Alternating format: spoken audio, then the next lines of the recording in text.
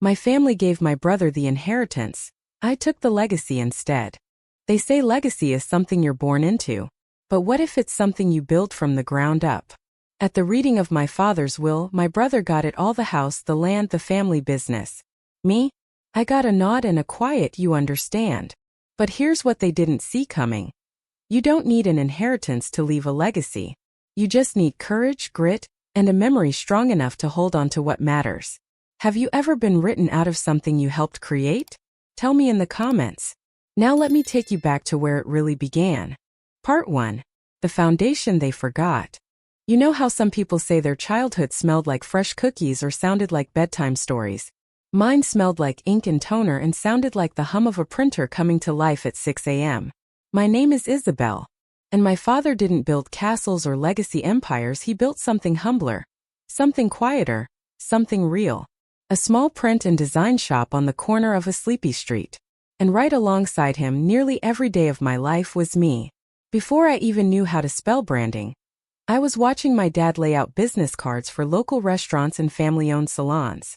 I was the little girl perched on a high stool, watching him mix color samples like an artist, listening carefully to how he greeted each client by name, always with a smile and a question about their kids or their business. I wasn't just playing shop, I was learning it, living it. My dad used to call me his right hand, and even though I was just a kid, I wore that title with more pride than any school award.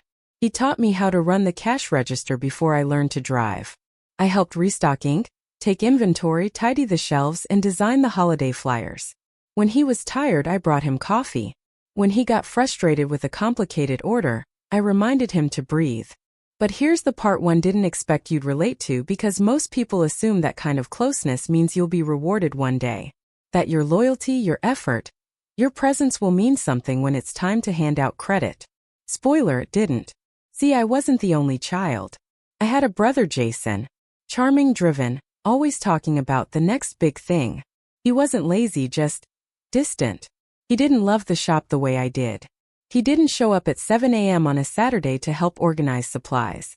He didn't stay up late helping my dad fix the receipt printer or meet with clients during the busy season. He had bigger plans, as my father would proudly explain, plans that took him to conferences and internships, plans that sometimes flopped and sometimes fizzled, but always sounded grand when he described them at family dinners. I didn't compete with him. I didn't need to. I had the shop. I had purpose.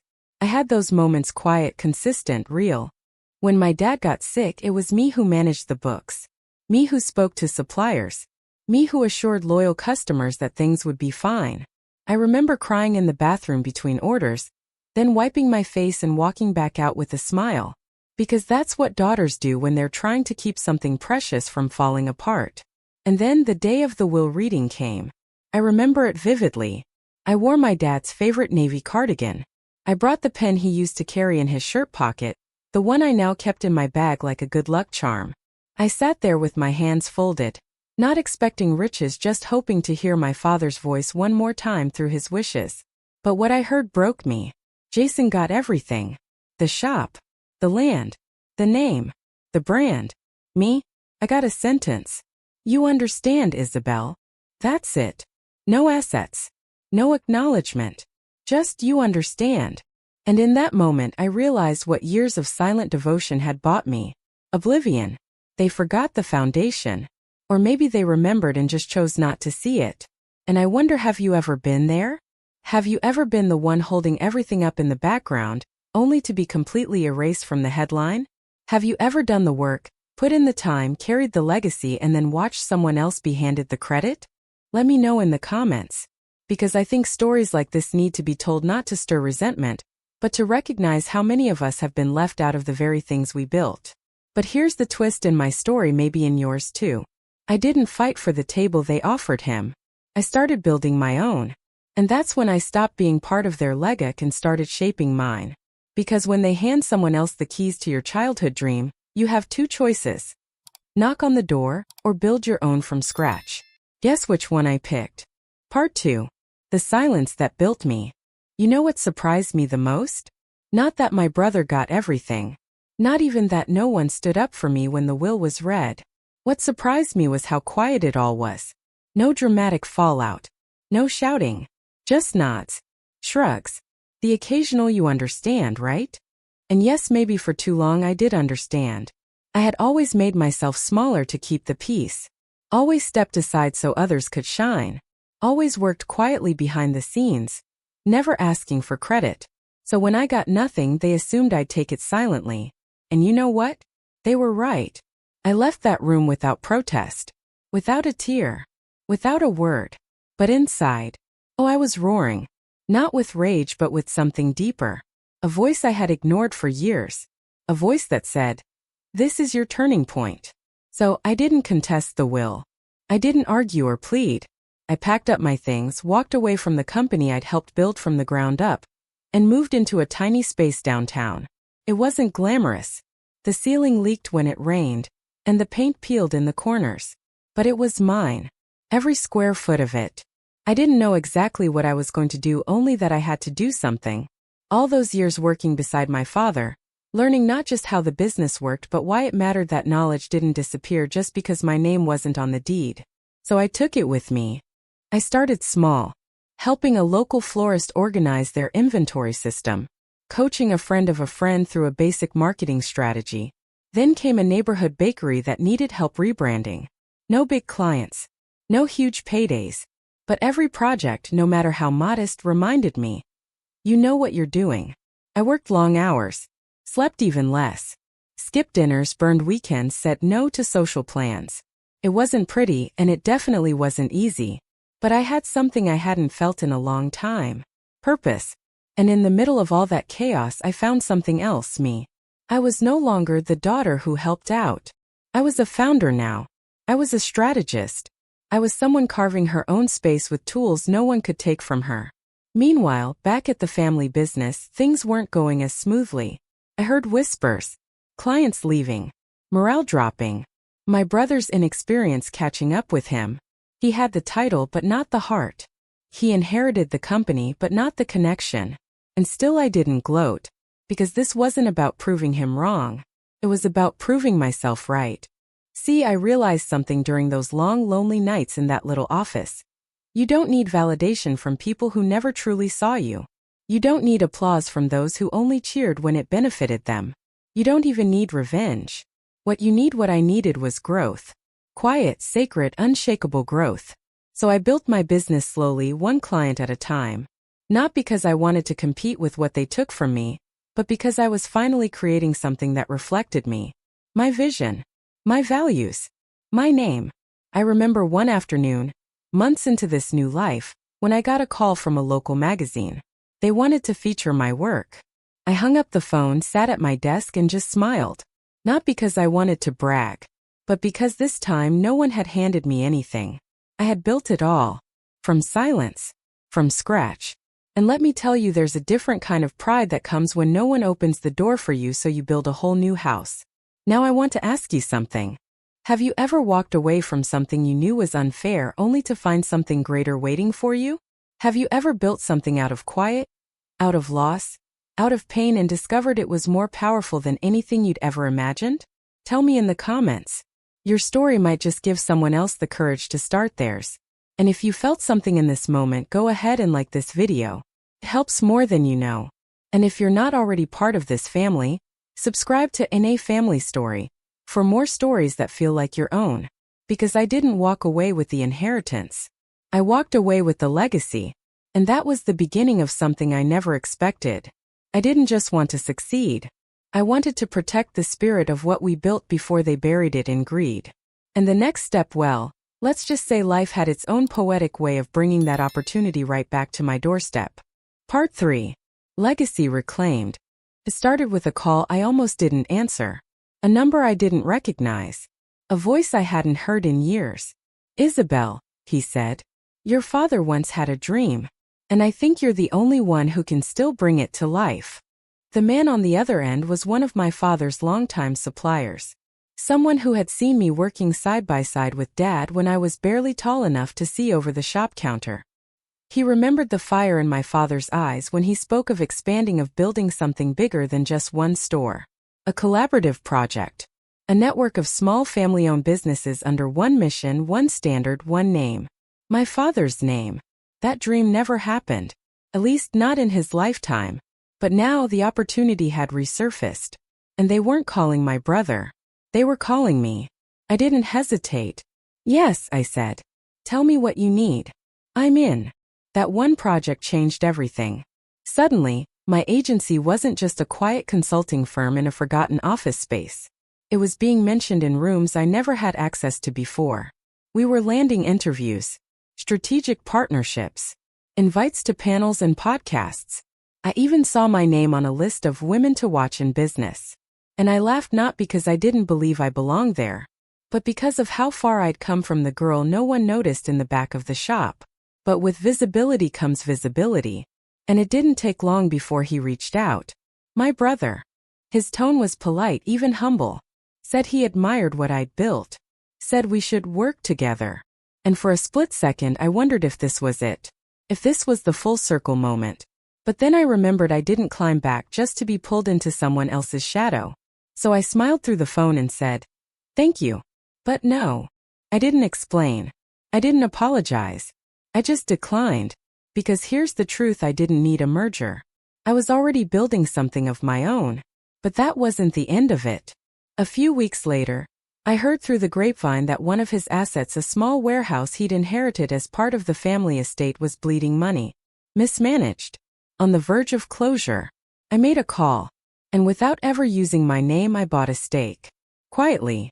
Strategically. Without fanfare. I didn't buy it to gloat. I didn't buy it to take revenge. I bought it because I saw potential. Because that building, like me, had been overlooked. And I knew what it could become in the right hands. I began renovating. Rebranding.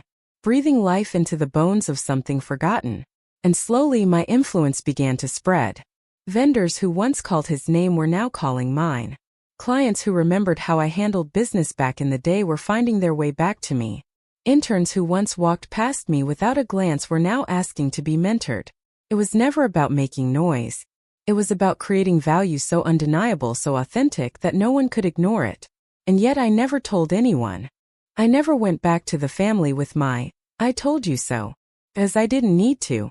The numbers spoke for themselves. The results were in my corner. My name wasn't in the will. But now? It was on every contract that mattered. That, to me, is the beauty of legacy. It's not what you're handed. It's what you choose to carry forward. It's what you fight to protect when no one's watching. It's what you build when the spotlight is off and the room is empty and the applause never comes. That's what I was doing, reclaiming the legacy my father dreamed of. Not by clinging to the past, but by honoring the future he hoped we'd create. Now I want to hear from you. What would you do if success gave you the chance to rewrite your story without ever having to say a word? Would you take it? Or would you walk away? Tell me in the comments. Because your voice, your truth matters here. And if this moment made you pause even for just a second, like this video, it helps us keep telling stories that reflect the strength behind your silence. I never fought for a name on a piece of paper. I fought for meaning. For mission. And now my name may not be carved into the estate, but it's printed on every single decision that moves it forward. Part 4. The moment that changed everything. You ever have one of those moments where you almost say no, not because you're afraid, but because you're finally at peace? That was me. The invitation came in on a rainy Thursday afternoon. A local entrepreneur summit. They wanted me to speak about resilience, leadership, legacy. First I smiled. Flattered, of course, but also hesitant. I wasn't chasing stages anymore. I wasn't out to prove anything. I had found peace in the quiet, in the daily rhythm of my agency, in the lives we were helping reshape. I didn't need applause to feel proud, so I almost declined. But then I saw the sponsor list. And there it was, my brother's company, right there on the banner, their logo printed across the summit brochure. And I paused, not out of bitterness, not out of spite, but because deep down I knew this wasn't about him. It was about me, about the journey I'd taken, the path I'd carved through silence, setbacks, and solitude. And maybe, just maybe, it was time to stand fully in that story. So I said yes. The morning of the summit, I stood backstage in a soft navy dress.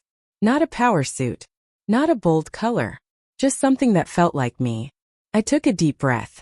And when they called my name, I walked onto that stage not to confront the past, but to honor the woman I'd become through it.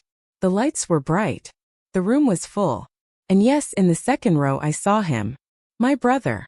His expression was unreadable. But I didn't flinch. I looked out into the crowd and I told my truth. I spoke about the early mornings in the shop with my father. About the legacy built not in grand gestures, but in quiet consistency. I spoke about losing the inheritance but gaining the fire to build something more. And then I shared the line that had carried me through it all. Legacy isn't something you're handed, something you earn. And sometimes it's what you create when no one thinks you can. The applause was kind, warm, respectful. But the real moment came after. I was gathering my things backstage when I felt a tap on my shoulder. I turned. It was him. My brother. He looked different somehow. Older. Softer. I saw the numbers, he said. I've seen your team. What you've built. You did what we couldn't. I held his gaze for a moment, and I smiled not out of triumph but out of truth. I didn't build it to show you, I said gently. I built it because it mattered. And that's the part no one sees. The strength it takes to keep building when the people you love most don't see your value. The courage it takes to grow without resentment. To lead without needing revenge. To choose legacy over inheritance. Because legacy is not a bank account. It's not a name on a deed. It's what you leave behind in the people you touch, the stories you shape, the courage you give others just by standing in your truth. That day, I didn't walk off the stage with a trophy. I didn't get a standing ovation from my family. But I left with something much more valuable. Clarity. I knew who I was. I knew what I had built. And I no longer needed anyone else to validate it. And now I want to ask you something. What does legacy mean to you? Is it a tradition? A value? A vision? Is it a company you're starting? A story you're writing? A life you're living on your own terms? Drop it in the comments. Because your version of legacy might just light a fire in someone else who's still finding theirs. And if this story touched something in you, don't just watch quietly. Hit that like button. Subscribe to NA Family Story. We're building a community that believes in healing, in honesty, and in hard-earned hope. Because here's the truth. Sometimes the best inheritance is proving you never needed one to begin with. They gave him the inheritance. I took the heart of it. I didn't need the house, the company, or the land. I needed to know that what we built together didn't die with him or get lost in a title. And now I live that legacy every day. If my story moved you like this video, leave a comment, and don't forget to subscribe to NA Family Story. Because here we believe stories aren't just about who gets written in the will. They're about who shows up quietly, consistently, and with love. And that is a legacy no one can take away.